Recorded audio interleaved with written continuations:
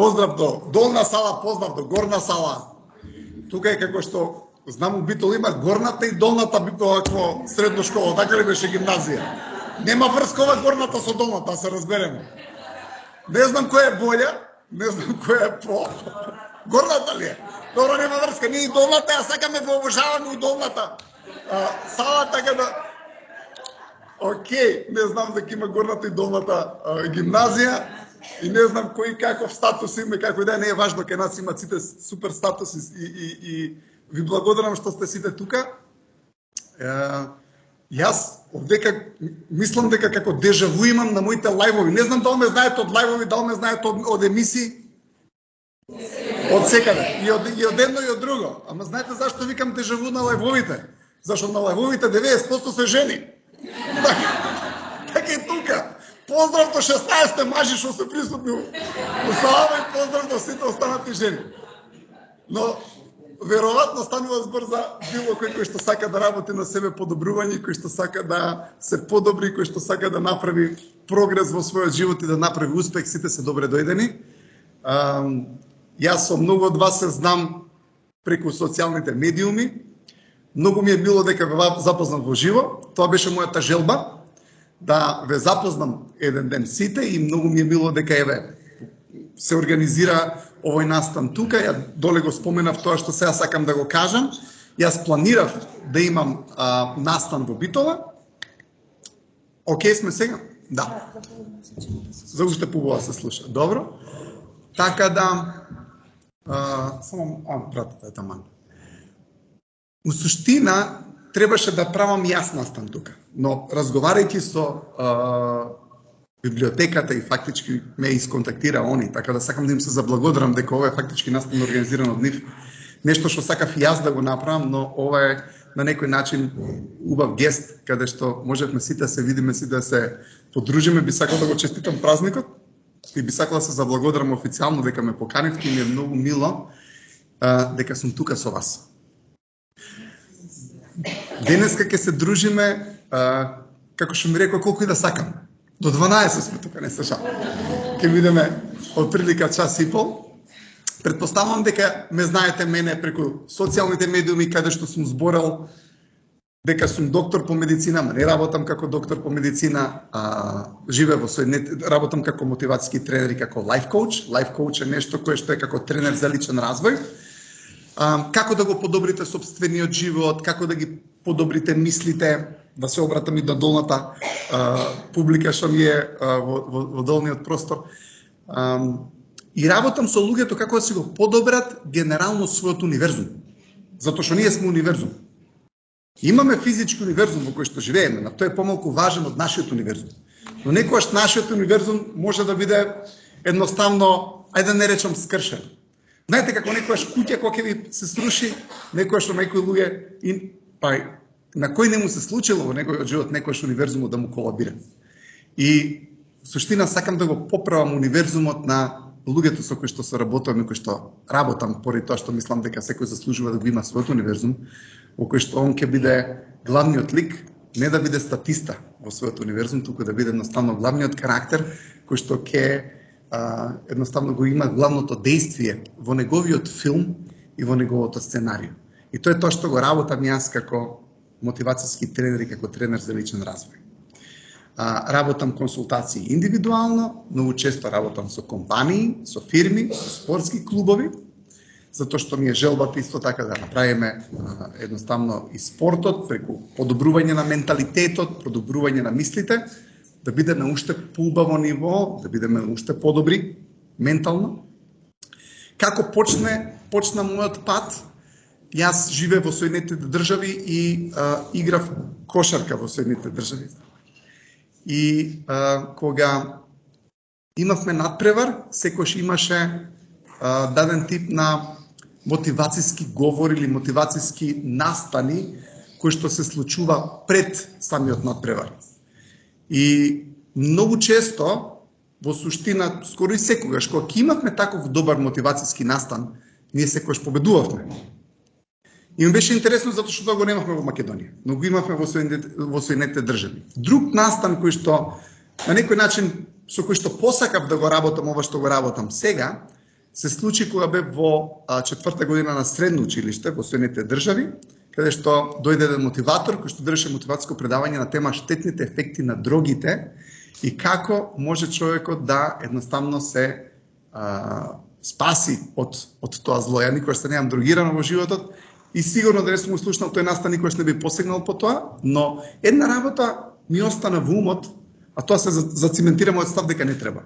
И сватив дека некогаш еден настан, една реченица може да смени многу работи во животот на еден човек. Така? И тој го кажувам на луѓето со кои што се работувам. Некогаш ќе читаме книга од 200 страни, 3 реченици ќе ти го сменат животот. Не читаме за тие, не знам колку реченици, читаме за тие 3 реченици. И тие 3 реченици се речениците кои што ќе ни го променат животот. Така да, денеска се надевам ќе ги извлечете вашите 3 реченици.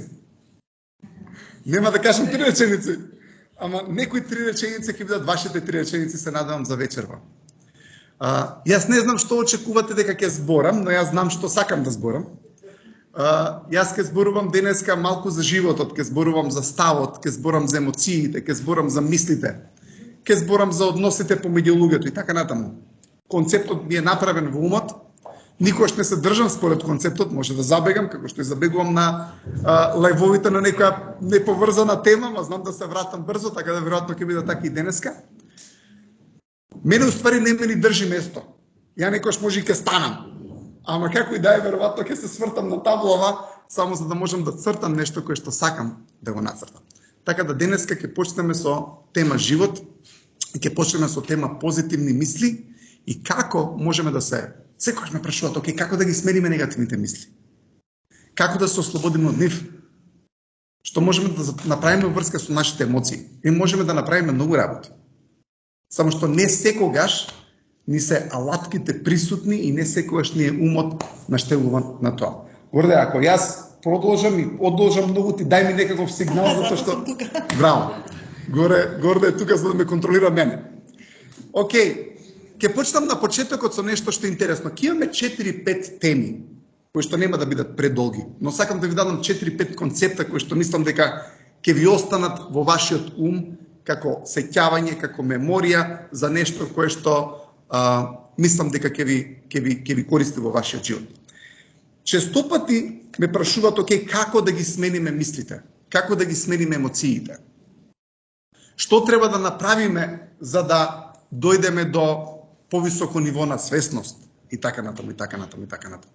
И денеска сакам да почнам прво со таа тема. Па после тоа ќе збориме на тема самодоверба. Па после тоа ќе збориме на тема сигурност. Па после тоа ќе збориме на тема, не знам, како да успеете во животот. Мислам дека се интересни теми. Како да излезете од комфорт зоната, дали ви се свиѓа таа тема? Апсолутно, за комфорт зоната. Многу луѓе се у комфорт зоната, ќе збориме како да излеземе од комфорт зоната. И на некој начин ќе се обидам на крај све да поврзам. Што ќе кажам во едно сиже, ајде да видиме како тоа ќе излезе. Океј? Добро. Сега ќе се позиционирам некако да можам да цртам, а да можем и да ве гледам вас, затоа што важно ми е да го представам ова што доле ме гледате, поздрав. Океј. Има нешто кое што е многу интересен приказ, дојде во контакт со еден приказ, една шема од еден автор се вика Петар Шабо, тој е маđар. И ќе стана малку. И он има рецепта нешто што е многу интересно. Не знам колку ќе се гледа ова за луѓето кои што се доле, може со црниот фломастер. Дека на врвот на оваа пирамида се наоѓа акција. Океј? Акцијата зависи од вашата емоција.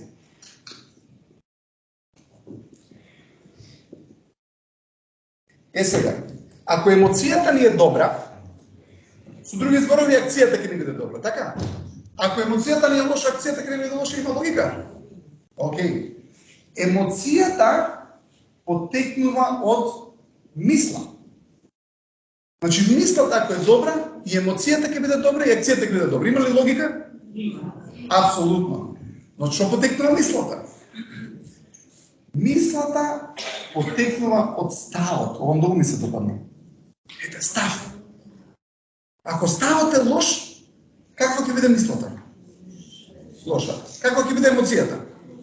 Каква ќе биде акцијата? Катастрофа. Океј. Вете, ставот е многу важен, ќе ви кажам што потекнува ставот. Ако видиме ова ставот, значи ја контролира мислата, емоцијата и акцијата. Има охриѓани во долната сала, ма ќе кажам нешто кое што е интересно.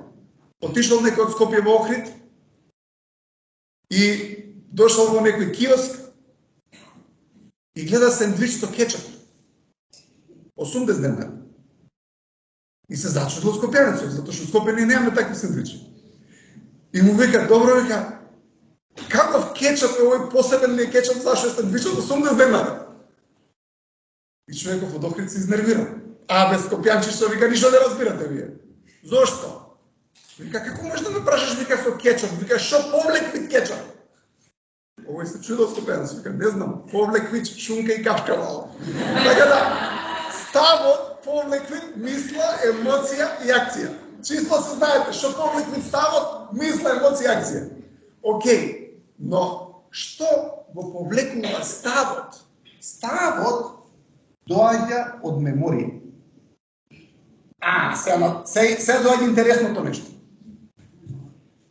Меморија, чудна работа. Видите, меморијата ако ви е добра, ставот ќе ви биде добар. Ако ставот ви е добар, мислата ќе ви биде добра. Ако мислата ви е добра, емоцијата ќе ви биде добра. Ако емоцијата ви е добра, акцијата ќе ви биде добра. Така? Се слагате? Океј. Сега, ова се надоврзува од едно откритие од еден научен хабар, кој што вели дека умот снима 25 слики во една секунда. Нашиот ум, или 25 слики во секунда, или беше 25 слики на една, не знам колку беше од секундата, или како и да е. Многу слики беа. Најде речеме 25 слики во секунда, звучи добро. Но меморијата е нешто, меморијата е нешто кое што не можеме да го спречиме да се случува. Не можеме меморијата да ја спречиме. Зошто не можеме да ја спречиме? Ако ви кажам сега 5 секунди, никој да не снима ништо од слики. Стат, не снимете слики. Нема шанс. Вашиот ум снима слики постојано. Нека ви текне кога се запознавме, кога влеговте тука. Нека ви текне на тој момент. Ви дое слика? Нека ви текне на најубавиот одмор што сте го имале последниве 10 години. Ви текнува? Океј, убава меморија. Слики. Умот постојано снима слики. Но гледайте, откритието е на овој научен хабар дека имаме два ума, дека имаме аналитичен ум и реактивен ум. И дека имаме реактивен ум. И дека аналитичниот ум снима слики од убави работи, а реактивниот ум снима слики од неубави работи. Океј? Значи, убавите слики доаѓаат тука, неубавите слики доаѓаат тука. И овие трауми, кои што човекот ги снима во тој реактивен ум, ќе ви кажам како се однесуваат на многу интересен начин. Затоа што сликите кои што ви се снимани во реактивниот ум се моменти кога имало физичка или психичка болка. Зошто? Затоа што нормално е, гледате, кога имаме физичка и психичка болка, свесноста се гаси. Логично? Апсолутно. Ако јас сега се чупнам тука, мојот ум, аналитичниот ум малку ќе се неутрализира. Односно ќе се затапи. И се вклучи реактивниот ум. Замислете некој детенце трчало во некој парк и пило 25 степени, пролет, мирис на липа има, прскалки и некој куче позадина му се пуштило и го каснало. Гледате, човеков сега има траума во својот подсвесен или реактивниот ум, зашто реактивниот ум е подсвесен. И во тие слики што има снимено? Прскалката, кучето лаежот, мирисот на липата и сето тоа е врежано во тој реактивен ум. И тоа е снимено во подсвеста. И сега што се случува? После 10 години човеков поминува низ парк каде што има мирис на липа, каде што има лаеш на куче и каде што има прскалка. Знаете што ќе се случи со овие слики? Ќе се реактивираат пак. Гледате, у меморијата имате трауми кои што се реактивираат кога во сегашност имате дадени тригери. Сега, тригерот може да биде мирисот на липата, звукот на прскалката, кучето, и кога ќе се случи тоа, оваа слика од подсвеста се реактивира. Ви има логика? Okay. Сега, гледате, тригерот може да биде гласот на мажот дом. Или гласот на жената дома може да биде тригер. Ако има многу трауми едни со други кај што се караат, може тригерот да биде тој. Ме разбирате, затоа што ние во позадина на нашиот ум имаме многу слики. Од најмала возраст се снимаат овие слики. И сега тие тригери во вашиот живот ги имате многу. Имате и моменти на психичка болка. Психички болки се моменти на загуба, кога не дај Боже никој ќе почине близок или девојката ќе му раскине на момчето, тоа е загуба. И девојкава му раскинала на момчето, не знам, во некој локал, во Битола. И девојкава не сака да дојде во локалот, или девојката му раскинала на момчето, момчето не сака да дојде во тој локал. Девојката носела некој мирис кој што го потсеќа на неа. Самиот мирис може да биде тригер на тие небили слики, така? Реално веќе? Апсолутно. Гледате, но тие работи се толку во нас снимени, да не секогаш ние можеме да сватиме зашто станува збор. Замислете, имало некое детенце каде што мајката го критикувала. Ако може 2 секунди, само малку пауза, темо технички мал проблеми имаме. Офле. Окей, важно. Продолжуваме, не ме слушал добро. Окей, ќе продолжам да зборам за вас, па после тоа ќе се вратам. Затоа што, гледате, само ќе ни кажат кога ќе се вклучи оваквото. Во моментот кога човекот ги има тие трауми во умот, тогаш почнуваат да се менуваат и ставовите, затоа ми го зборам ова. Примерот што ми беше, замислете некоја мајка го критикувала детенцето. И да кажеме, детево дошло дома, донело 4 минуси. И се мајката вика, абе како можеше 4 минуси да донесеш? Зашо донесе 4 минуси? Глеј, Петре донесе 5, Трајко донесе 5, ти 4 минуси. Доаѓаат еден тип на слики во умот кои што не се најдобри за детево. Детево се нервира, вознемирен. И денеска ќе зборам за тоа, ама ова кратко ќе трае, затоа што после тоа ќе го надобрзаме со како да излеземе од комфорт зоната и зашто ставот не почи. Значи, поентата ми е дека имаме слики во умот. Не секојаш убави слики. И тие неубави слики предизвикуваат неубав став. Мајката му кажувала, да ви кажем една работа. Мајка ми беше феноменална. Татко ми исто феноменална. Ама, како и сите родители, не секојаш ги прават исправните работи. Една работа што е факт е дека секој има добра намера како родител. И тоа го уважувам и се согласуваме, така? Апсолутно. И браво за сите родители што се трудите толку и што сакате наредните поколенија да ги направите уште поздраворазумни од нас. Така да јас давам примери, ама со секоја чест на сите кои што знам колку не е лесно човекот да ги надмени своите емоции и своите реакции во дадени моменти, ама како и да е, продолжуваме понатаму. Гледате сега. Поентата ми е, мајката му викала на детенцето 4 минути. Зашто не си како другиот што добиле 5? 3 плюс доби, не доби 5. И сега тоа останала во умот на детето. И замислете сега, подсвеста е како, ајде да кажеме, ова е вода. И над водата имате санта мраз. Под водата имате уште поголема санта мраз. Тоа е подсвесниот ум. Тука човекот никој не знае што има унутра. Таму има драми. Ама ние што гледаме? Гледаме нешто кое што е на површина. Така? Сега, момчево има жена сопругина. И сопругата со добра намера му вика еден ден, абе вика, сите наши пријатели купија куќи или направија викендица у Маврово, само ние ништо не направиме.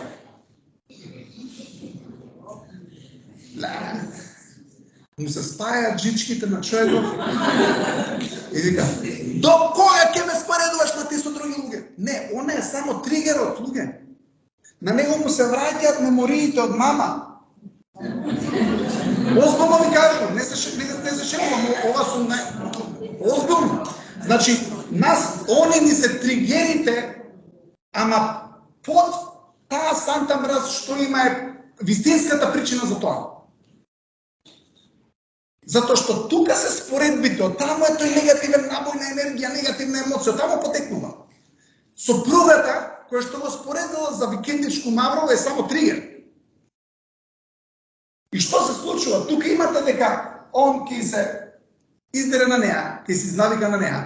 Она е причината за моите проблеми или тоа. Зошто? Зашто тоа го гледаме. И мислиме дека тоа е причината вистинска за нешто. Колку често ќе дојдете дома, знаете дека не сте у најдобар муд, не сте у најдобро расположение, некој нешто ќе ти каже, ни крив, ни должен, отиде главето кај тој што не треба. Зошто? Затоа што луѓе, гледате, од подсвеста се активирани веќе работи. Под нивото на свеста. Некој е момче, на 16 години некој девојка му раскинал, абе он донел заклучок, ќе испаштаат жените од мене. На 16 години си донел тој заклучок. И сега никако да му се поводи ни една. И се он мисли дека она на него душата му ја вади. Не сваќајќи дека и он на неја ја вади душата, како што на него му ја вади душата. Ме разбирате, гледате, поентата е, што сакам да кажам, е дека многу често причините за неубавото нешто не доаѓаат од тоа што вие го гледате. Причината за неубавото нешто е подлабоко во нас, во нештото што се вика подсвест. Сега секако дека има техника како да се избришат тие трауми, и сум го спомнал тоа во таа една книга Дианетика, пишува како човекот да ги избрише тие трауми, но денеска нема да зборам за тоа. Ќе се вратам на макетата на овој Петар Шабо, за да ви објаснам како таа меморија, не ме слушаш? Ја до толку занесен не слушам кој не слуша. Да ви кажам. Истина. Сега, ама фала. И сега гледате, од меморијата предизвикува промена на ставот. Ајде да ви кажам пример. Замислите некоја девојче, затоа што има повеќе женски, ја секогаш ги кажувам примериве со повеќе со женски ликови, за да имаме по-реалност. Аз викам, дај Боже веднаш само за мажи да давам примери. Што ќе значи дека пуна сала со мажи ќе не биде супер. Комплимент ви ова за вас. Женски примери давам се. Замислите сега некоја девојче, еден дечко и раскинал. Втор дечко и раскинал. Трет дечко и раскинал. 3 трауми има сега. Гледате, тие се тука во подсвеста. Што ќе се случи со нејзиниот став на тема мажи? Абе, не можеш да наеш Машу Битола. Не можеш да наеш Машу Битола, не можеш да наеш Машу Македонија. Така? Океј, па се извикам, зашто се селат луѓе од Македонија?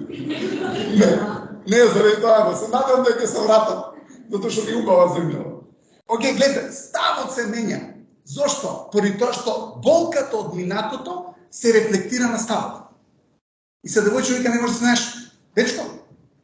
Но што се случува? Доаѓа принцот на белиот коњ, четвртиот е стварно тој што го чекава. Ама ни крив ни должен па тој. Зашто со сите овие ставови што девојкава ги има, он нема да се помине најдобро, се разбира.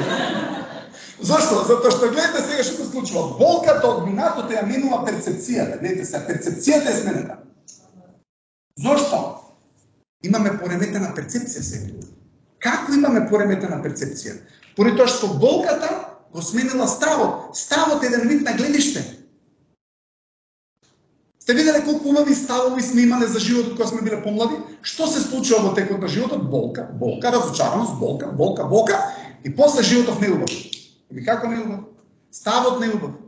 Животот не убав. Зашто ние сме животот, луѓе. Ние сме животот, ние сме ставот. И ако сме ние, со микрофон да зборам. Океј. Ние сме ставот. Не слушате? Да.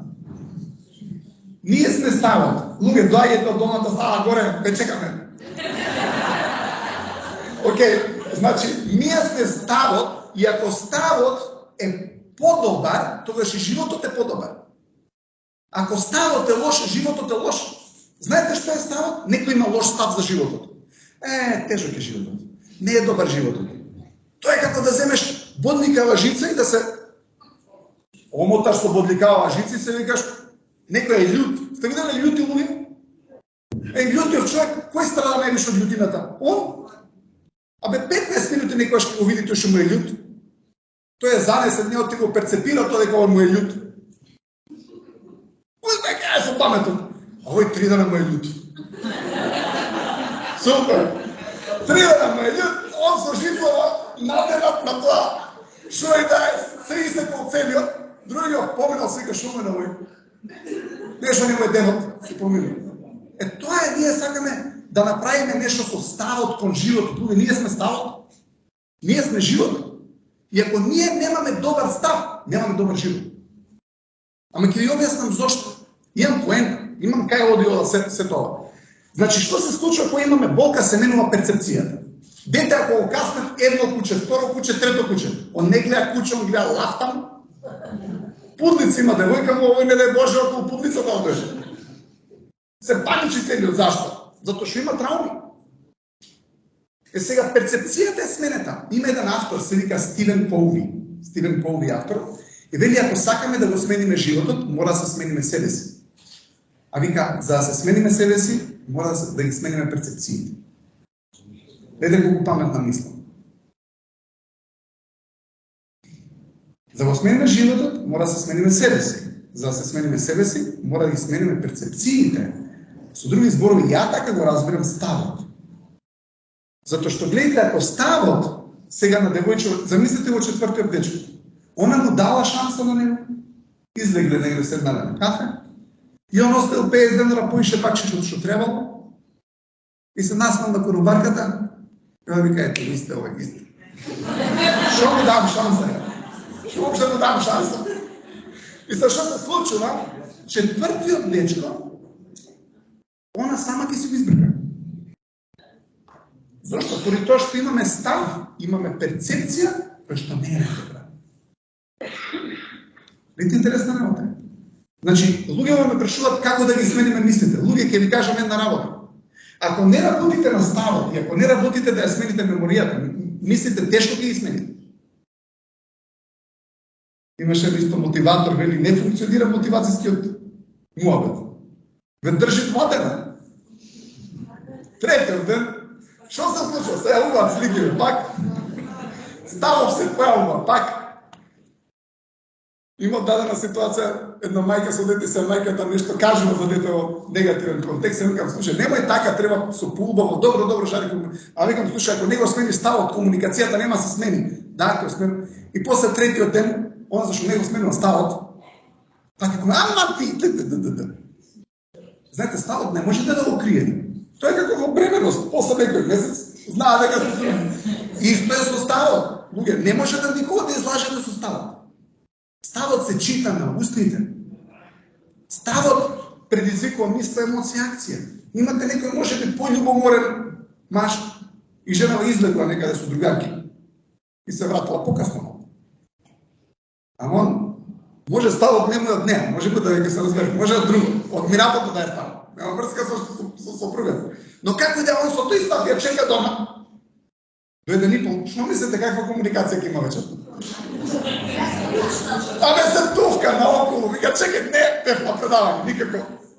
Не каже, ќе легна да спијат, абе у среда ноќ ќе ја разгуби. Да, праша кај била, со кога била и зашто. Оке, младатот ми е, ставот ако не го смените, ни мислата, ни емоцијата, ни акцијата нема се смени. Интересно? Океј. Гледайте, идеме сега понатаму. Сакате да го сликам ова? Или сакате да го сликате ви ова? Ако имате Zoom, горде ќе го постира на... Ова се вика Notes from the Lectures.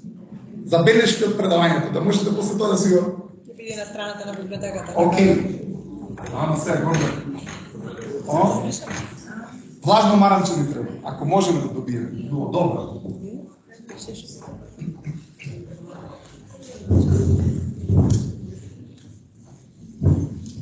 Ајде, окей. Знам. Доле, дали сте окей, се надевам. Поздрав, ве мислам. Да, јас сум спремна. Окей. Јас ќе слушам. Не знам дали успееме после тоа да пишуваме. Спремни сме актен. Доаѓаме доле.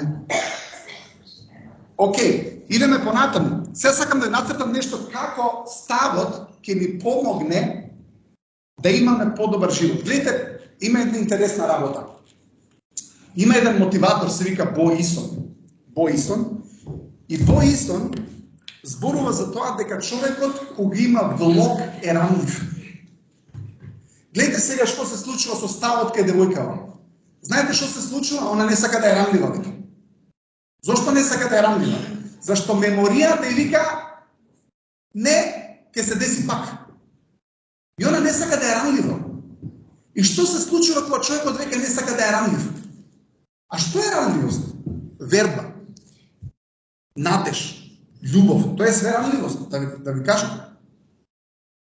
Сега, некој кој што веќе не сака да го повредат, не сака да се разочара пак, ќе влезе у буре. Ма мириса на нафта у бурето.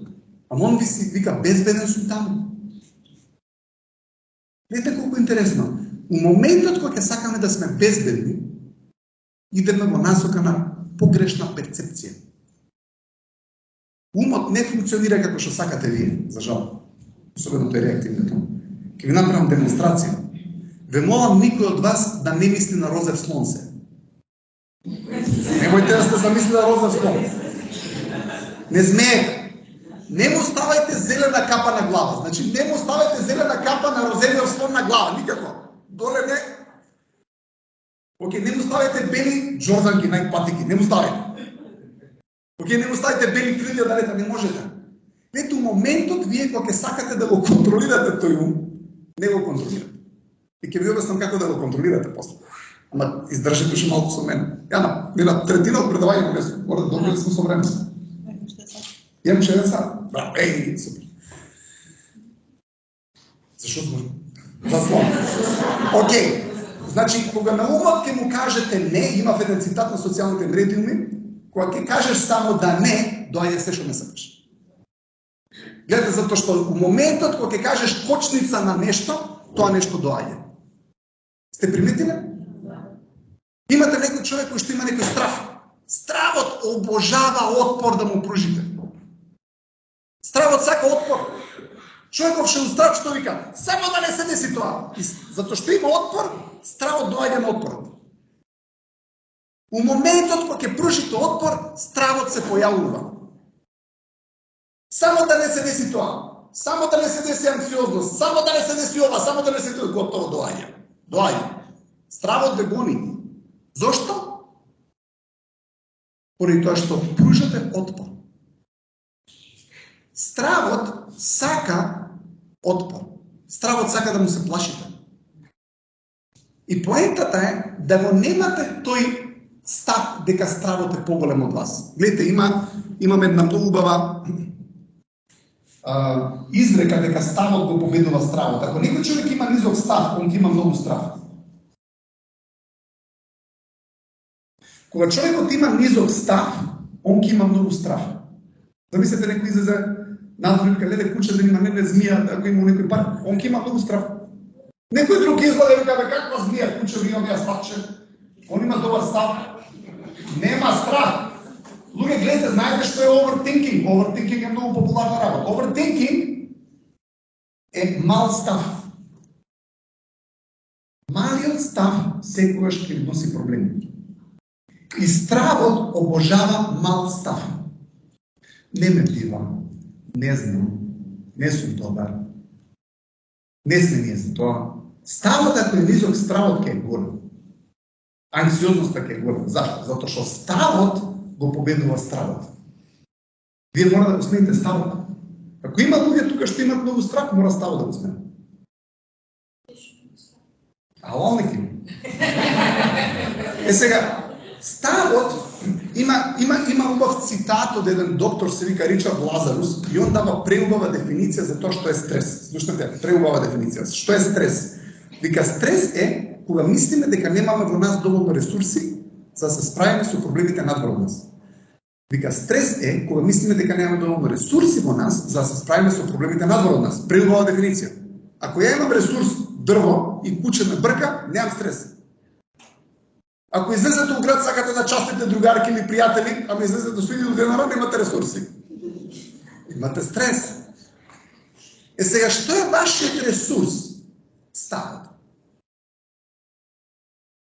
Ставот е вашиот ресурс. И ќе ви кажам како ќе ги добиете сите ресурси што имате малку погасно. Имате многу ресурси во нас.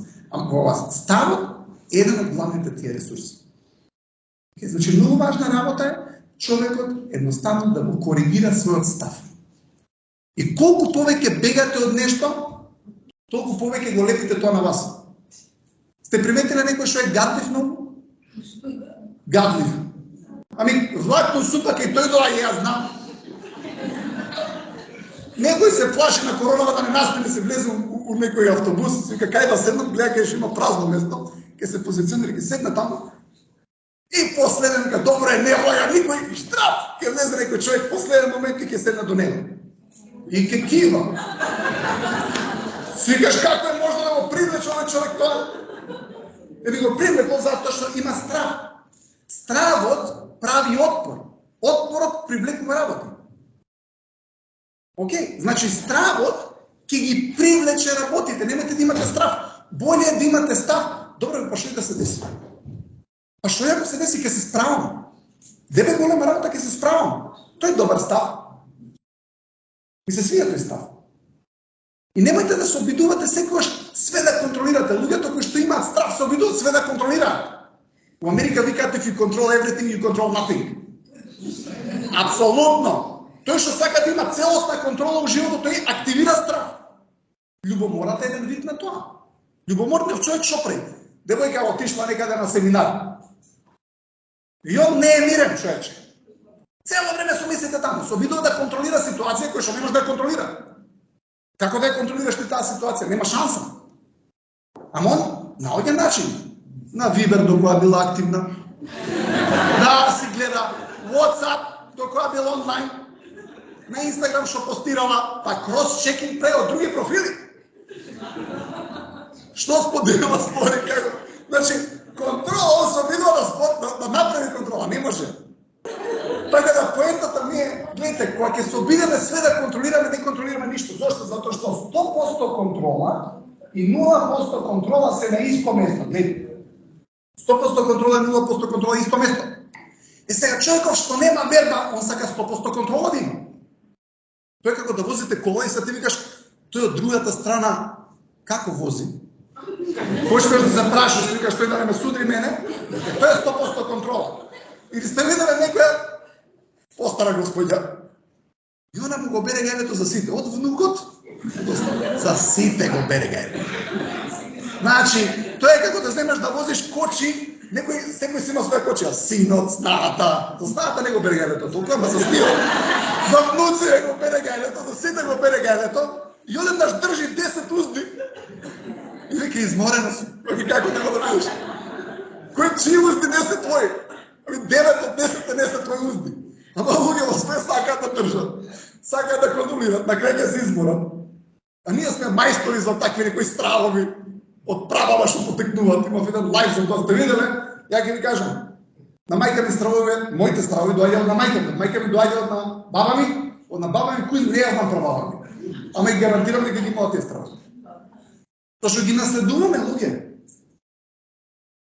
И ние немаме добар став. Мајка ми некој ќе речеш, кога ти е добро у кондурчето, стај си камче. Мамове. Абе, нови патики сум купил. Шо ќе ми е камен? Знаете, така викаат некој ќе ме слугува, ако ти јарно многу, знаеш, не? Нимале, ние сме некако престрашени да ви кажем право. Ама, имаме такви ние легендарни изјави. Многу арно не е нарно. Стај си камен овако. Да се подсеќа. Не, луѓе, тоа не е добар став. Искрено да ви кажам. Значи, ние мораме да имаме став да се релаксираме малку. Така, мораме и ние да речеме, дај оддишка да се дајме.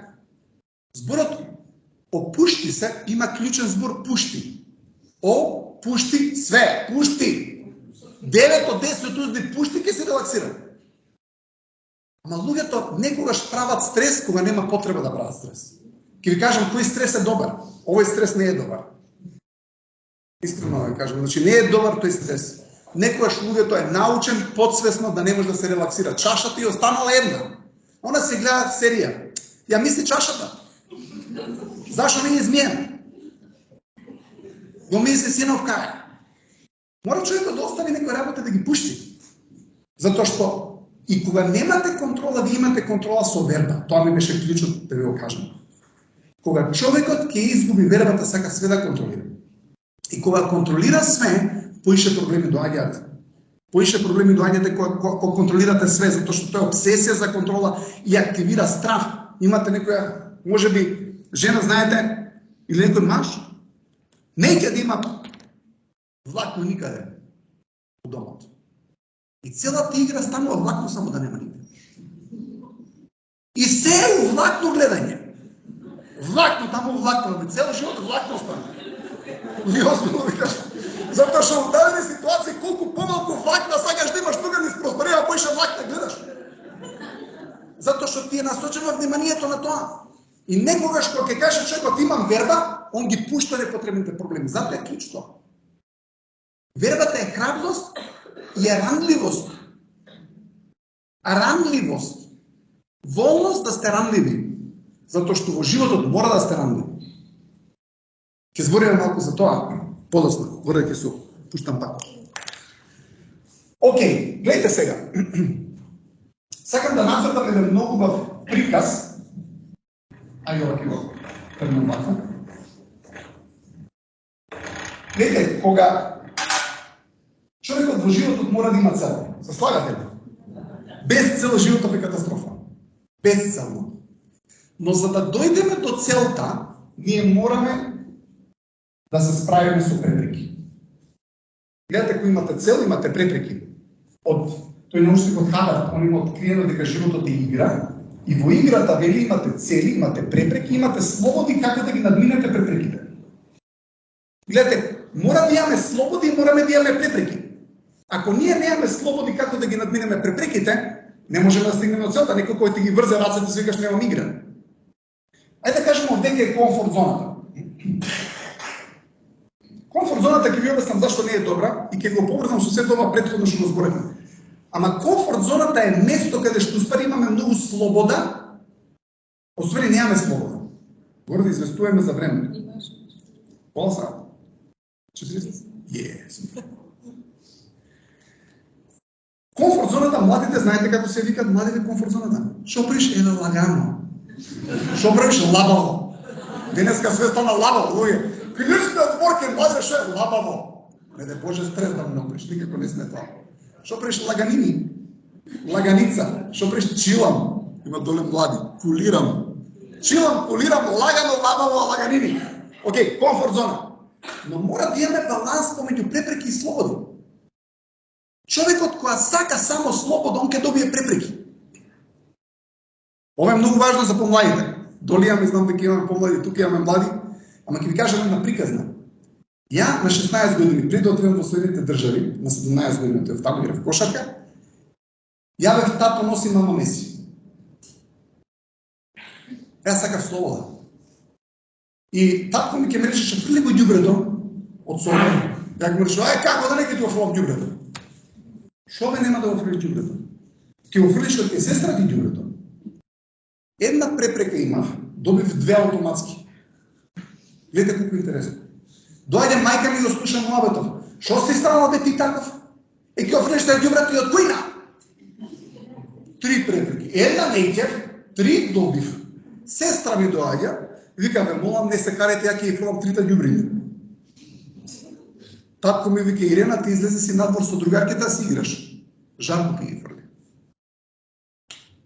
Гледайте, сестра ми паметна. Апсолутно, сестра ми сака препрека. Доби слобода. Јас сакав слобода, добив препрека.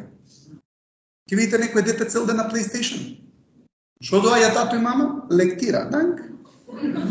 Дај PlayStation. Зашо многу слобода. Во животот не можете само слобода. Луѓето сакаат слобода и ние сакаме слобода, ама шо ќе правиш само со слобода? Сте виделе луѓе што има Па 20 дена ќе си на одмор ти зоставите. Мене после седмиот ден. 20 дена, шо ќе правиш на одмор 20 дена? Слобода, многу слобода. Ти требаат препреки. И затоа што ти требаат препреки, пошто се караш на тој неблискиот што ти е до тебе. Си кажеш дај да го неутрализираме, малку универзумскиве правила да си ги активираме. Ама гледайте, немојте да мислите у комфорт зоната дека нема препреки. Гледайте, кога имате цел, имате препреки нагоре. Имате проблеми. А у комфорт зоната немојте да мислите дека немате проблеми. Комфорт зоната има најглупи проблеми. Знаете што се проблемите у комфорт зоната? Абе, многу си го стегнал ајварот. Што си го стегнал толку? Тегнал ајвар, зашо е стегната, бе? Па мислите дека не се расправат за целиот ајвар, тука се да... Зашто многу киселина има стајано зимницата се? 5 проблеми тука човеков ке си најде. Увото лево поише низ дује десното, доктор Жаре. Како имаш време да го чуеш, викам. Ама озбилно, кога човекот... Ке ви кажам пример. Кога учев инфективно. У инфективно, не знам кој имаше тој учетникот напишано од сите болести се умираше таму. И сега ја читам, татко ми доктор беше и му викам, татко го оваа болест, вика, ајде доктор, оваа нема ни у Македонија. Викам, чекај да провериме симптомиве. Ја му викам, тато, не ти верувам, носиме ке колега имаше еден интернист. И ке му однесе татко ми ке колега ми интернист. И тој ке ми каже, жар, не се кири, сите сме боледували од ова, сите сме учеле медицина. Ова е класика за секој студент по медицина, иди да се учиш. Ај ке се вратам, ке ме смират, учам наредна болест. Да немам симптоми. Татко ми го праша, овој виша, не ме зафрикаја, нели вчера зборевме за ова, не. Тато, не ти верувам, носиме ке колега. Абе срамота. Не кидам ке колега. 3-4 пати у неделата. Посредниот пат татко ми иде со мене незгодно, не знае да влезе со мене у кабинетите на небес. Влага со мене у кабинет. Докторов нема да ме заборава фацата. Со стетоскопот, знаете, диши, што и прават со стетоскопот, го слуша пациентов доктора, ја цела недела го малтретирам и му кажам за некоја болест и докторов не ме рецка, луѓе. Преку глава, дојде сум му преку глава. И едно време само вака го сврте погледот, мене, ја таму бев, ме одмина со поглед, кај татко ми дојде. Му вика, Звонко, дај му на Жарко да копа дупки одвор. Лек ми најде. Луѓе, стварно така, затоа што ако човекот нема обврска, ќе си најде пеѓата. Знаете како викаат на слободниот ум и слободните раце, ѓаволот одма работа им наоѓа. Абе така, на слободниот ум и слободните раце, ѓаволот ќе најработа. У комфорт зоната немате да мислите дека нема проблеми. Поентата ми беше да ви кажам една работа е дека кога ќе видите човек кој што сака само слобода, тој човек ќе привлече проблеми глупи. Зашто што е одговорноста? Кога ќе речеме обврска, зборот обврска, што убав збор е, вика врска. А не лабаво лагано, не ќе врска со ништо. Мора човекот да ги сака препреките. Зашто законите у животот се препреките, така? Замислете некој сега криминалец отиде у банка, сака да ограби банка. Он не сака препреки, се маркетинг ќе он прави на производот. Како да не? Он директно сака. Слобода се сака. Ама на крај кај заврши тој човек? Таму што има препреки или слободи? Препреки, луѓе. Секој човек што бара слобода само ќе заврши со најмногу препреки. Ова е до младите дома сала, тука, да знаете. Земајте препреките. Некојаш младиве ќе ми речат, Жаре, I want to work smart, not hard. Демек сакам паметно да работам, не напорно. Абе, тоа тука доаѓа на крај паметно. Додека сватиш како да дојдеш до таму тука, нема шанси да работиш паметно, не напорно. Напорно работење гради мускули за живот. Тоа е убавината. Сега гледайте што се случува. Ајде да кажеме некој човек излегол од комфорт зоната, отишол од Битону у Австралија. И сега, прво нешто што кога излезе надвор од комфорт зоната, што се случува, знаете? Имате страх. Ама зошто имате страх? Затоа што имате неизвестност. Затоа што ја напуштате комфорт зоната. Затоа што комфорт зоната е известно. Надвор од комфорт зоната не е известно. И сега човекот што треба да најде? Отишол во Австралија, не знае јазик. Може тука бил адвокат, таму не знал јазик, Ама треба да најде решение, луѓе. Море прво се вика, ке се вратиме дома. Жена му вика никако. Ке работи што и да ти дадат. И она. И сега, он кога ќе удрил препреките и дојде у комфорт зоната, он ке се разочара. Ама они нашли решение. Прво чистеле. И после им текнало како да чистат, отвориле компанија за чистење. Што се случило? Стекнале знаење. Гледате го сега процесот, луѓе. Човекот кога ќе стекне знаење, ќе добие контрола. А кога ќе стекне контрола, неизвестноста ќе се претвори во известност.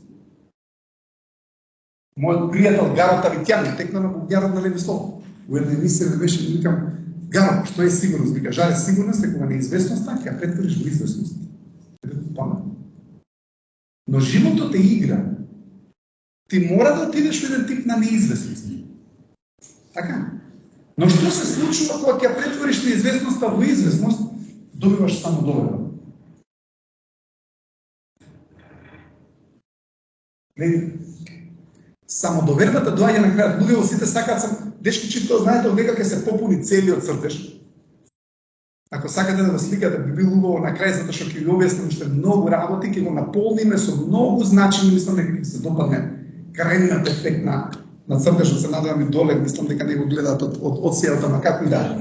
Но гледайте, од истиот овој филозоф Хабард вика, среќа е надминување на препреки кон посакувана цел. Колку убава дефиниција за среќа. Ако човекот нема препреки, не може да е среќен.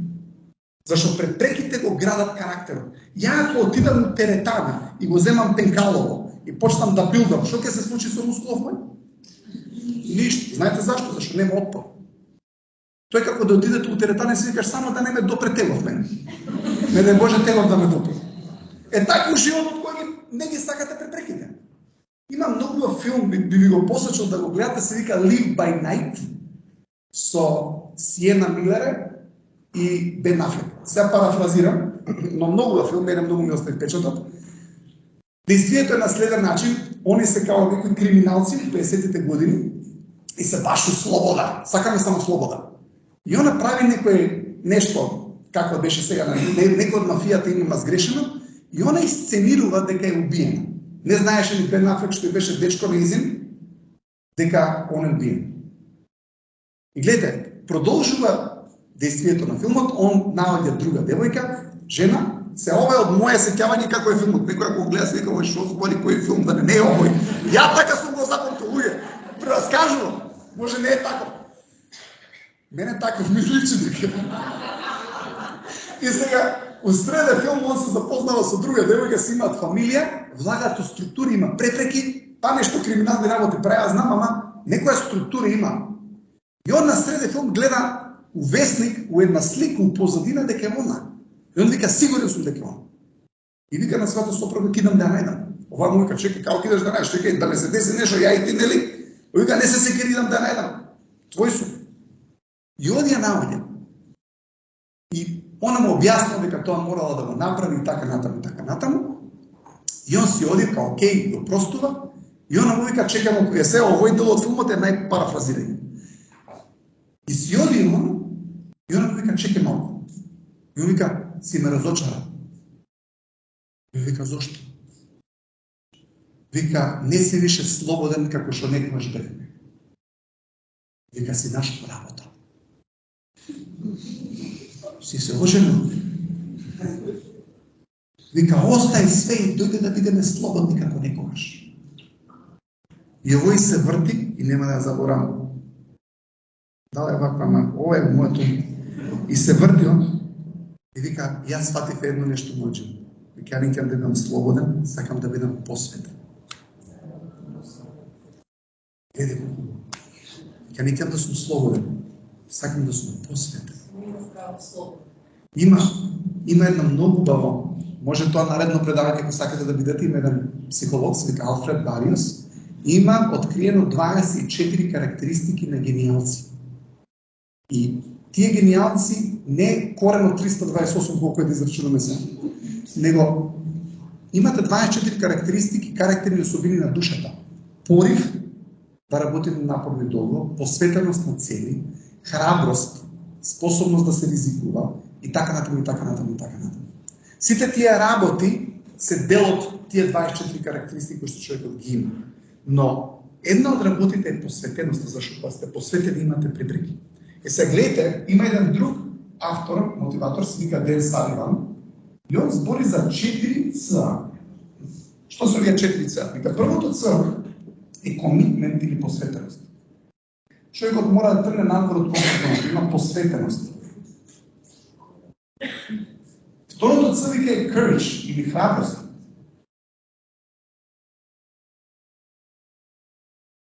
Третото Ц се capabilities или способности. Способности.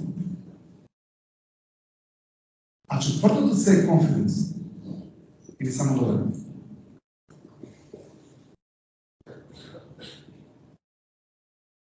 Според мене, првото Ц е courage, храброст. Затоа што имам цитат од Гете, вика, храброст е посветеност да тргнеш без гаранција за успех. Многу цитат. Храброст е посветеност да тргнеш без гаранција за успех. Луѓето секогаш сакаат гаранција за успех, ја нема луѓето. Има еден убав текст од овој филозоф Хабард, вика, ова е двоен универзум, дуален. Има плюс, минус, добро, лошо, ден, ноќ, плюс. Све е двојно. Северен, южен, победа и пораз. И кога човекот се плаши од поразот, не иде по победата. Зашто човекот во комфорт зоната се плаши да не сгреши. И тоа не кошта многу. Зашто? Луѓето кога се многу критикувани од околината, они се плашат да донесат одлуки. Да се плашат да не сгрешат. Ама вие ако не донесете одлука да тргнете напред, ништо нема да се деси. Зашто човекот чека. Што чека? Сигурност ја нема. Ја нема. Сите сакаме сигурност. Таа доаѓа горе, луѓе. Не доаѓа тука. И како човекот иде да ја добие таа сигурност, он игра, он станува играч. Гледате, овдека се играчите, овдека се публиката. Овдека е публиката, гледате публика. Публиката гледа што играчите прават. За жал имаме многу публика. Малку играчи во животот. Зашто секој еден што сака да направи нешто, тој ќе сгреши. Ама луѓето кога сакаат да немаат грешка, они се у комфорт зоната. Има еден мотиватор, се вика Гери Вейнерчук, вика имате во животот луѓе што сакаат 0 грешки, ама ќе направат 3 акции. Вика, јас сакам 168 грешки, 68 акции. Знаете дека анксиозноста доаѓа од многу мерење? Што прави анксиозниот човек? Он не е сигурен. Он мери, да не сгреши, да не сгреши, да не сгреши. Абе, кој да рекол 3 пати мери, еднаш сечи, тој го бара.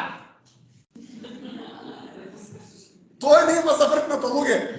3 пати мери, 4 пати мери, 5 пати мери. Абе, еднаш мери, сечи, 2 пати е, ама ако подеш на 3 пати, 4-5 пат ќе мериш така. Цел живот ќе мериш. Има луѓе што цел живот мерат. Зашто живеат со ум, не со душа. Зашто луѓе ќе ви кажеме на работа, вашата душа има способност све да справи. Ама ако ставот во вашата душа е мал, умот го чувствува, тој он почнува да мери опасности.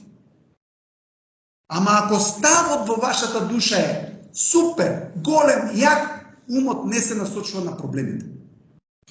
Затоа што вашиот ум ве слуша вас. Вие сте капетанот. И како ќе тргнете нагоре, ќе ја зголемувате вашата сигурност и самодоверба. Ама у комфорт зоната таа ќе се намали. Таа ќе се намали. И што се случува кога човекот ќе ја постигне целта? Пак комфорт зона.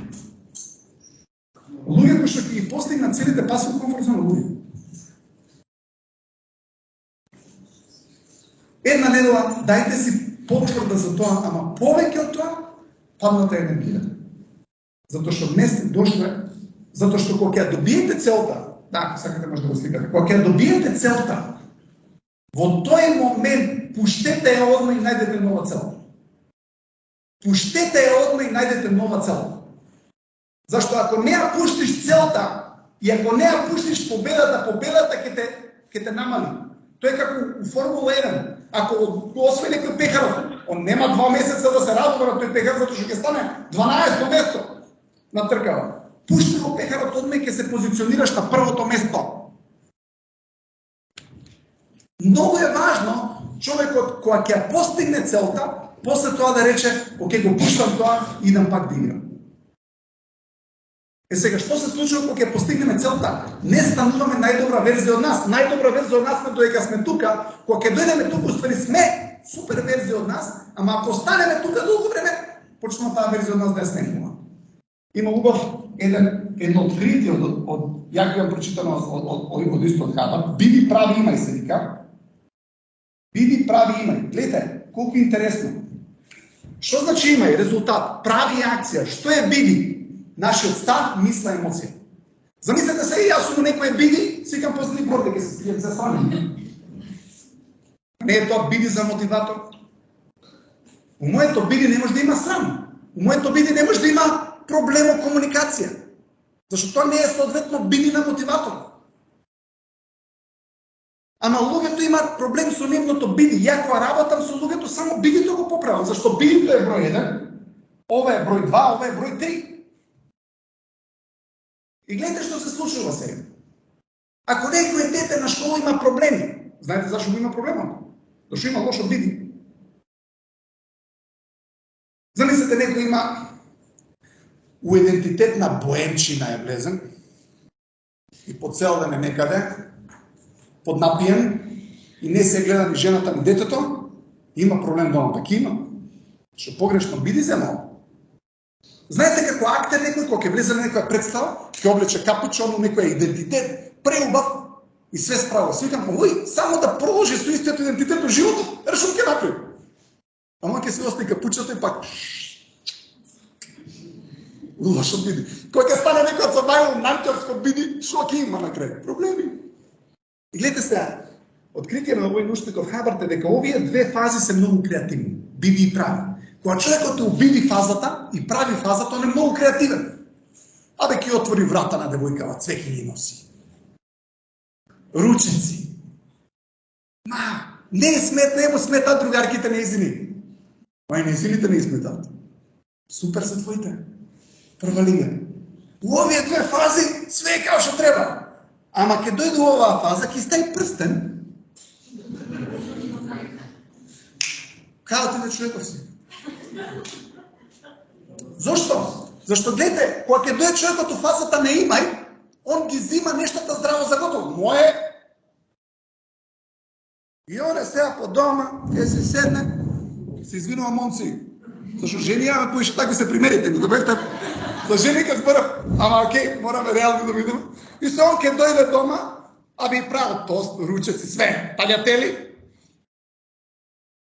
Ми напри тост. Што не направиш тост ти? Гледај си ги има деца на... Не се ли не го виш? Деца на ма? Као не си сте? Сега гледате, кога ќе дојде човекот во оваа фаза на има и сите клапнуеме надоле. Зашто? Зашто оваа фаза е фаза на деструкција и на немање на креација. Зашто кога човекот кога дојде таа фаза на има и настанува проблем, ми се случило ли ова? Мајка ми ќе речам, мамо бе те молам, викам, однесувај се као со братучедиве. Со нас. Значи, фали некој братучедиве, што ги фалиш? Све братучедиве најбољи. Ние све нешто не најдобри. Ја и сестра викам, мамо, те молам, однесувај се као со братучедиве. И мајка ми ќе ме погледа и каже, абе ти си мој. Луѓе, кога ќе станат нештата наши, готово. Сте приметиле? Не зборам за вас, ова сигурно не се случува ке вас, ама некој што ги знае. Не се ова примери за вас, ама за некој од ваше впишување гарантирано вакви. Што се у фазата не има, и кога ќе дојде човекот у фазата не има, он у фазата на постигната цел. И гледате што се случува. Тука, после тоа настануваат глупи игри.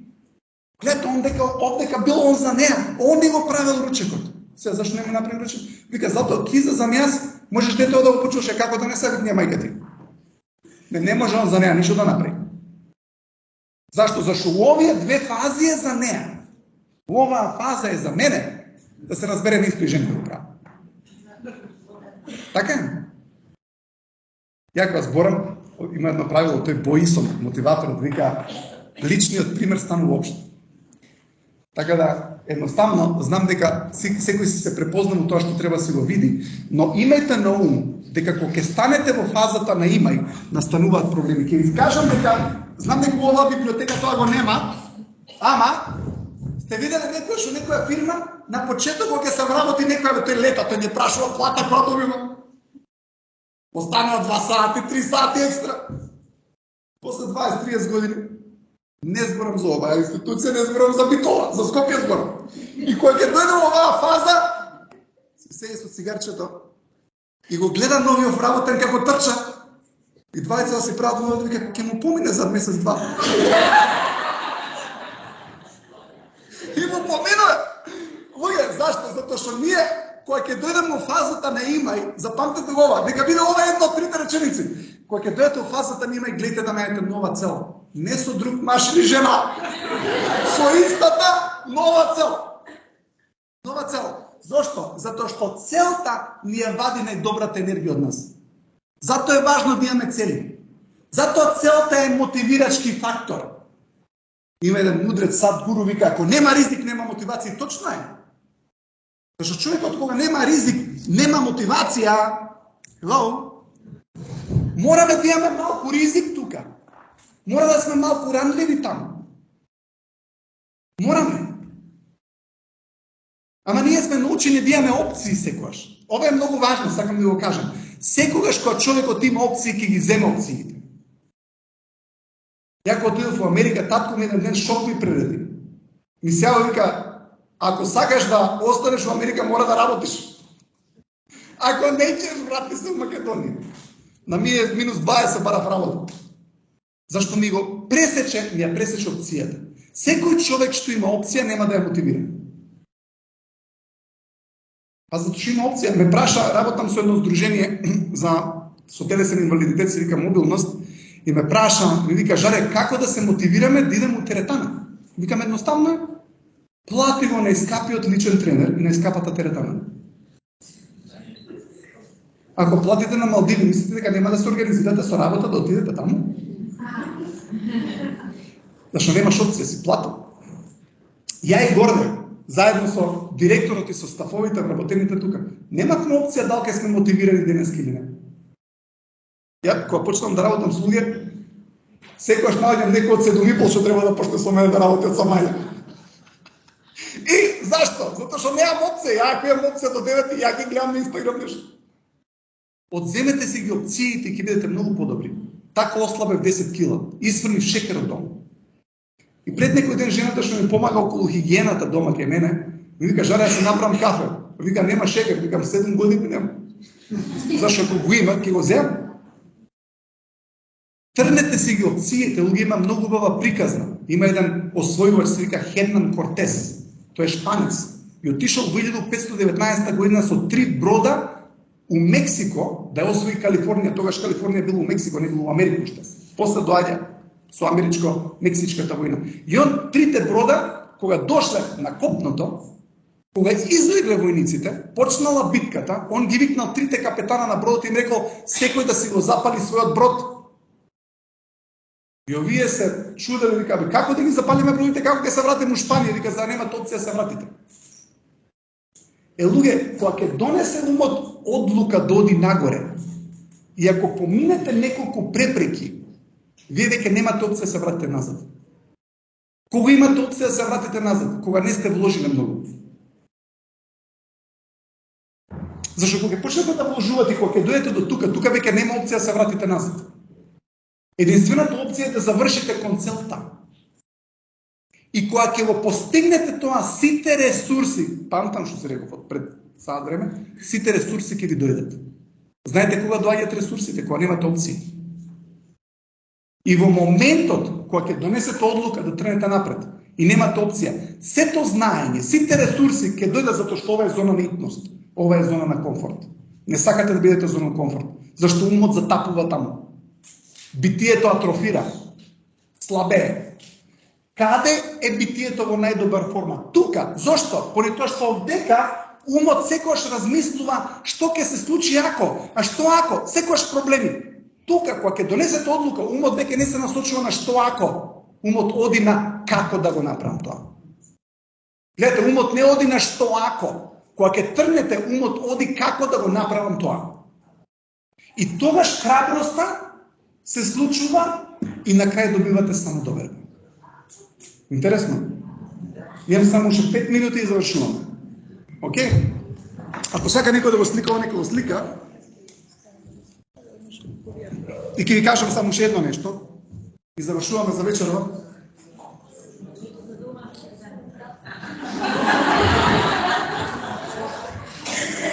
Или може едно важно мана се да кажа? Океј. Сега ќе ја напишам приказната за лососот. Зошто лососот е скап? Некои од вас се знаете што ми ги следите лайвовите, ама тоа е многу приказна. Зашо плаќаат 800 денара за лосос? Има причина. Чекај горди со ова сега.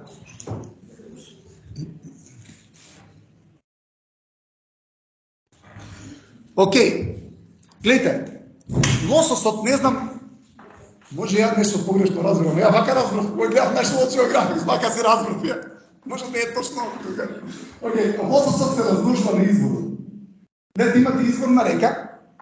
Зошто се размножува лососот на изворот? Зашто има точен механизам кој што му кажува колку посто кислород треба да има во водата за да се размножи.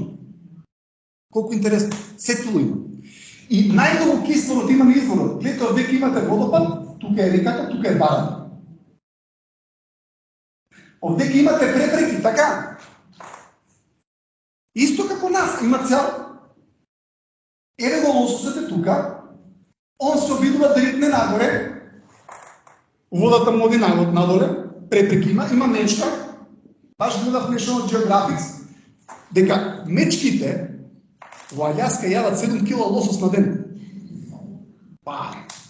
И сега лососот цело време се обидува да дојде горе и он зна, он нема опција. И гледате, он оди до оваа фаза. Ама замислите некој човек се обидал еднаш да најде работа.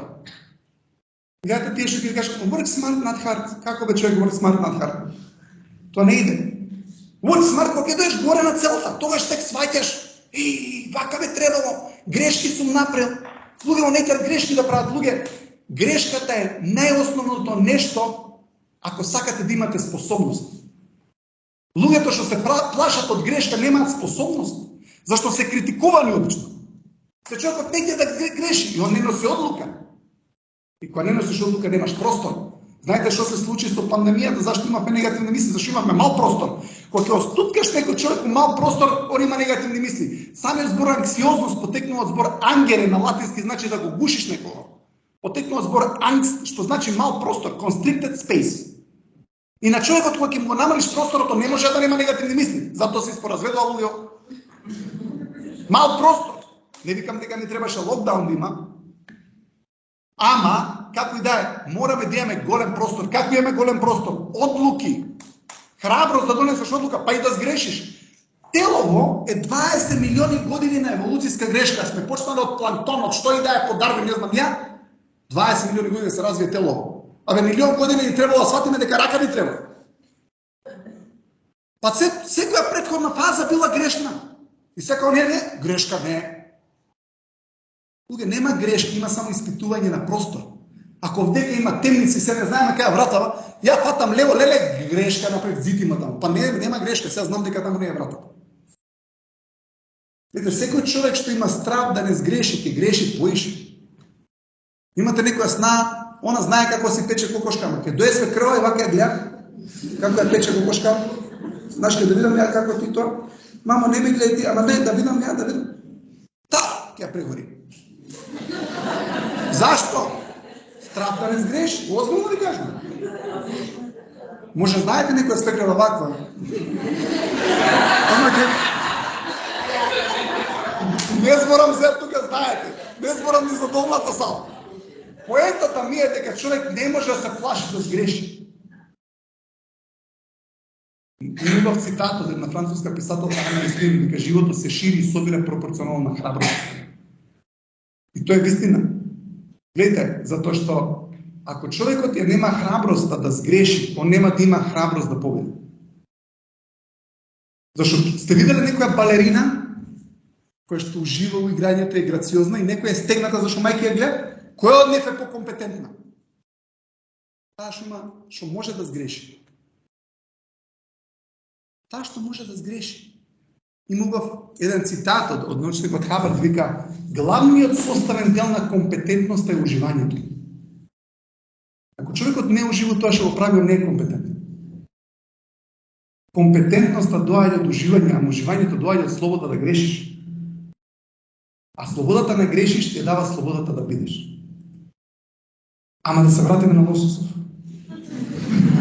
Лососов сака да дојде тука. Гледайте, и се луѓето ќе направат грешка. Замислете го момчево. Имало една девојка, се разочарала. Втора девојка се разочарала. Трета девојка се разочарала. Гледайте, Лососов ако остане на ова ниво, он ќе умре. Не дај Боже да ја барава, ќе стане жаба, катастрофа. Или замислете девојка, со едно момче се разочарала, второ момче се разочарала, трето момче се разочарала. И сега веќе не иде нагоре. Кога ќе се разочара, зборот разочаран значи разочаран, не си че очаран од животот, не си очаран, не си магипсан, разочаран си. И човекот доди наваму, и девојчево или дечково идат на кебарата. И ќе дојде дечково у барата, доаѓа у барава дечково или доаѓа у барата девојката, разочарана дека не можела да го најде момчето од 3 обеди. И знаете што се случи у барата? Ова не звучи за жени, за мужи ќе спору. Почнуваме да гракаме како мужи. Жаби стануваме. Гракаат жабите у барата. И ќе се спојат два тројца другари, абе не може да најдеш ни една жена. И тоа, катастрофа. Ке си седнат заедно, зашто се групираат овие луѓе? Сте виделе разочараниот секојаш се групира со разочаран. За да се докаже дека управа. Сега сме тројца. Озбилно. Исто, па исто девојките исто. Ке седнат у некој локал, 3 другарки, така против муживе. 2 мачки дома чуваат, ама маж никако. Никако. Зашто? Поради тоа што се викаат може да повреди. Исто и со мажите, девојка може да го повреди. Зашто луѓе кога ќе се разочараат, го снемува сејат на живот. Немајте да имате опција да се разочарате. Разочараност да си го взимате нештото лично. Зашто човекот кога ќе се разочара, почнуваат негативни мисли, негативни емоции, негативни акции. И тука се менува ставот кон животот, се вратам на почетокот, затоа што имате негативна меморија, затоа што не сте више во фазата на биди, него сега сте во фаза на не биди, и доаѓате у комфорт зоната кај што е барата, затоа што човекот станува публика. Ако ја немаме опцијата да се разочараме, а што сакам да кажам? Да го живееме животот како забава. Животот е забавен, луѓе. Само што многу сериозно некојаш ги правиме работиве. Животот не е сериозен. Има убав цитатот, тој научникот Хабард вика: животот е игра и колку посериозно му придете на животот, поише шанси имаш да изгубиш. Кај нас у Македонија луѓето погрешно толкуваат сериозност и одговорност. Луѓето мислат, ако сакаш да се одговорен, мора да си сериозен. Не мора да си сериозен. Дечки, дал бев одговорен ја вечерва? Дал бев сериозен? Не.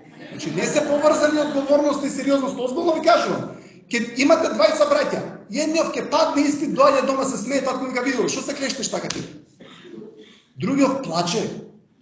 Татко вика: сериозен си ти синко, одговорен си, ќе биде окей наредната сесија. Што е разликата? Двајца паднале испит.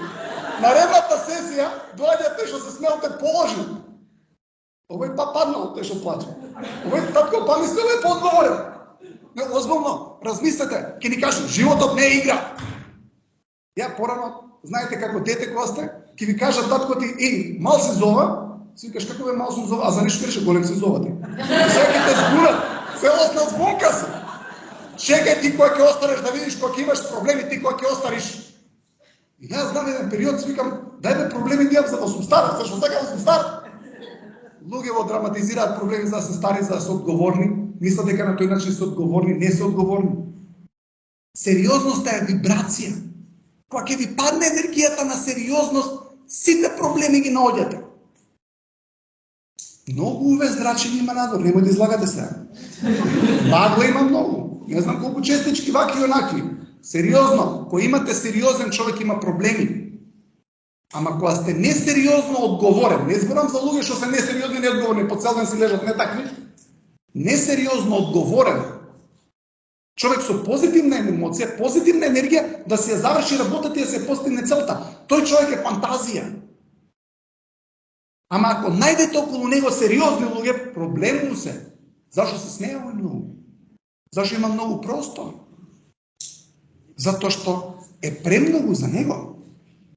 Гледайте, ама несериозната одговорност е клjuč за убав живот. Зашто животот е забава, ама одговорна. Ама ако ќе кажеме тој збор одговорно, одма ти доаѓа нешто друго. Не.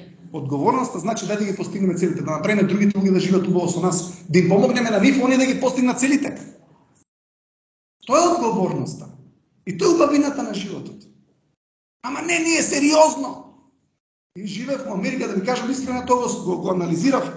Кај нас кога ќе земе некој да чисти, па тоа кога ќе земе да риба. Тоа мислиш солна киселина ќе треба да стави масова да изриба. Мислиш двојните врски единични ќе му ги направи хемиски. Сте виделе мајка ќе земе детецево да го сапуња со сапун, штрга тага со шампон, мисли 4 кила вошки има. Дето не ќе се бајне после тоа 3 години. Зашто многу сака да фатиме онака цврсто. И у Америка, да ви кажам искрено, многу е чисти. Ама не чисто така, бе многу глатко ни бе. Јас фатим, викам, гледам, може со глатко да се изчисти све. Може со глатко да ни биде животот како што треба. Може со забава и со позитивна енергија да ни биде животот како што треба. Ама ајде да се насочиме на тоа. Да го вратиме тој дух на енергија. Да го вратиме нештото како убавина на животот. Затоа што забава е. И се додека ние мислиме дека е сериозен, ќе имаме проблеми. Но мораме да бидеме одговорни. И немојте толку многу да се насочувате на минатото. И бидете волни да бидете ранливи, и бидете волни да тренете понатаму. Не можеме со штитови во животот да одиме, ќе те удри стрела, па ќе те удри човек, живот е. Ама немој да се збрцаш ти стрелата кога ќе те удри и да речеш леле катастрофа е. Извади ја стрелата, фрли ја и речи идам понатаму да живеам. И во играта на животот, тоа е тоа што ќе очекувате. Убави работи, се надевам, ви посакувам само убави работи да имате, но колку повеќе сакате сте спремни да се соочите со се, помалку неубавите работи доаѓаат. А колку сте по-несериозно одговорни, животот не знае да ви даде стоп. Луѓето стануваат сериозни кога гледаат во минатото, кога лично си ги зимаат работите, леле тато ми го кажа, маме, не си зимете работи лично луѓе. Трнете ги работите од вас. Бидете волни да креирате иднина. Имајте имагинација. Имајте цели. Имајте нешто за кое што уствари нереалното треба да го направите реално. Парафразимам, има еден во цитат од Войнуштиков Хабард, вика имагинацијата е над фактот. Фактот е ова. Факт е ова што сега се случува предавањето. Имагинацијата беше нивна. Визија има да ме викнат, ме контактира и сега ова е факт. Се почнува од имагинација. Секој едно убаво нешто почнува од вашиот сон. Не дозволувајте да ви бидат скршени соништата. Ама некогаш ние сами си ги кршиме соништата затоа што цело време сме во минатото и што не повредило, кој ни сгрешил. Луѓе, преубав е животот, за да ние му мислиме кој ни сгрешил и да се караме за небитни работи во тоа. Имајте убави цели, имајте убава иднина, имајте визија. Викаат, шофершарната е поголема од ретровизорот затоа што е поубаво кај одиме, не е важно кај сме биле. Шофершарната е поголема од ретровизорот, зашто е поважно каде одиме, не е важно кај сме биле. И ви посакувам додите на најубавото место кое што вие ќе одберете.